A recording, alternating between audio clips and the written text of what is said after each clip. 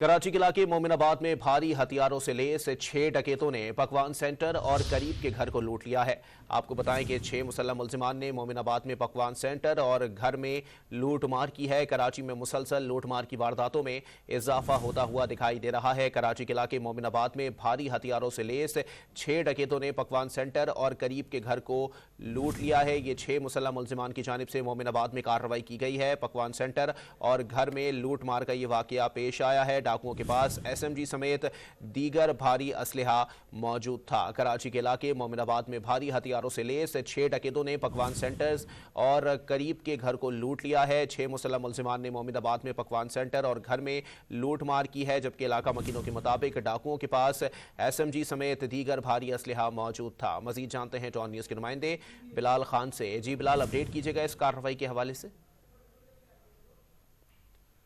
जी बिलाल। कराची के इलाके मोमिनाबाद में भारी हथियारों से लैस 6 डकैतों ने पकवान सेंटर और करीब के घर को लूट लिया है। 6 मुल्जिमान की जानिब से कराची के इलाके मोमिनाबाद में यह कार्रवाई की गई है और पकवान सेंटर और घर पर लूट मार की गई है। बिलाल खान हमारे साथ मौजूद हैं। बिलाल, अपडेट कीजिएगा इस हवाले से। जी बिल्कुल, देखिए मोमिनाबाद फुटबॉल चौरंगी के करीब डकैती की वारदात हुई है। 6 मुसल्लम मुल्जिमान घर, दुकान और पकवान सेंटर में लूट मार के बाद फरार हो गए। इलाका मकीनों के मुताबिक मुल्जिमान ने एसएमजी हथियार उठा रखे थे। पहले पकवान सेंटर, उसके बाद मुतसिल घर में दाखिल हुए।